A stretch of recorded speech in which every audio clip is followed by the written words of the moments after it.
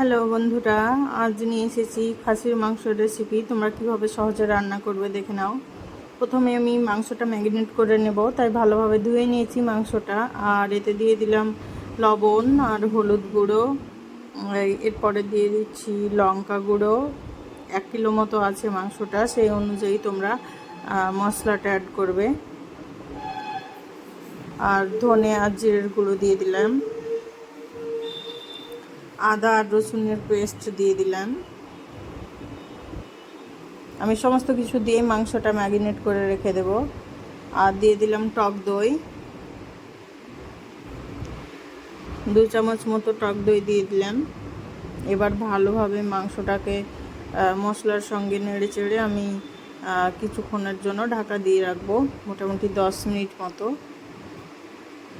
আর এতে দিয়ে দেবো মশলা। দেখো, গোটা জিরে, লবঙ্গ, গোলমরিচ, এলাচ, দারচিনি আর তেজপাতা নিয়ে নিয়েছি আমি। আর দিয়ে দিলাম সর্ষের তেল। কড়াই গরম হয়ে গিয়েছে। এবার এই শুকনো মশলাগুলো আমি এর মধ্যে দিয়ে দিলাম। শুকনো মশলাগুলো একটু নাড়াচাড়া করে নেব। যখন এর থেকে একটু গন্ধটা ছড়াবে তখন ওর মধ্যে আমি পেঁয়াজটা দিয়ে দিলাম। এবার পেঁয়াজটাকে ভালোভাবে ভেজে নেব।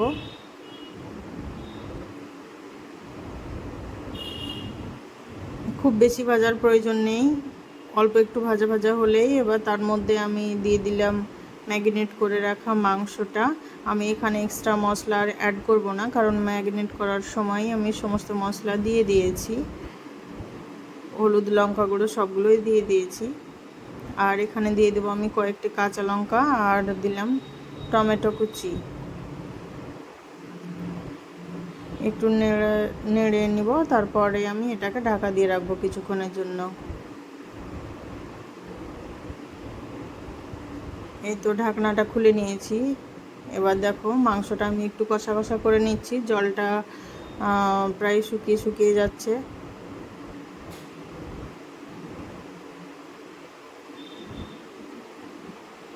এইভাবে মাংসটা ভালোভাবে কষিয়ে নিতে হবে।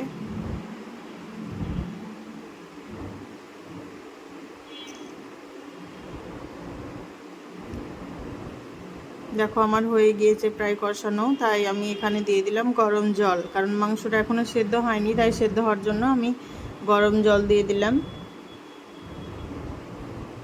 এবার ঢাকা দিয়ে রাখবো সেদ্ধ হওয়া পর্যন্ত। এই তো আমার সেদ্ধ হয়ে গিয়েছে মাংস। আর এতে দিয়ে দিলাম গরম মশলা। দেখো, আমার মাংস রেডি। এভাবে রান্না করো।